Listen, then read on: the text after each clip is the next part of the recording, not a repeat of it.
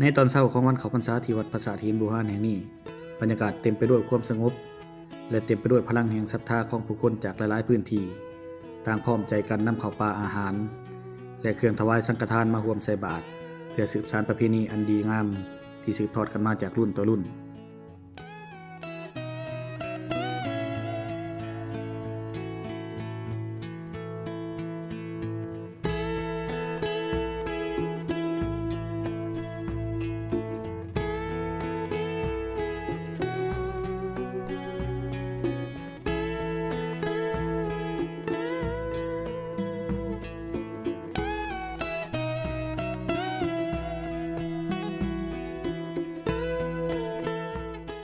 เมื่อบรรยากาศแห่งวันสำคัญนี้ได้มาบรรจบพบกับความงดงามของวัดปราสาทหินบูหานยิ่งเฮ็ดให้สถานที่แห่งนี้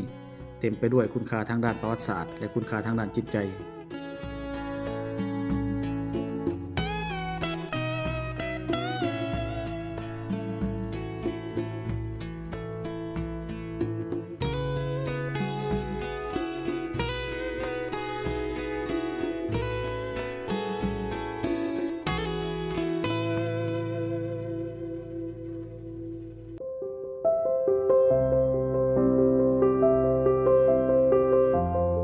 ถึงว่าการเวลาจะผ่านไปโดนนานฉันใด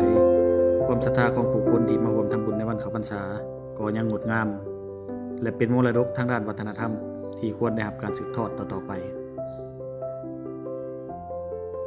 ที่นี่วัดปราสาทหินบ้านเฮือนหินเมืองไซผู้ทองแขวงสะวรรณเขตสปป.ลาว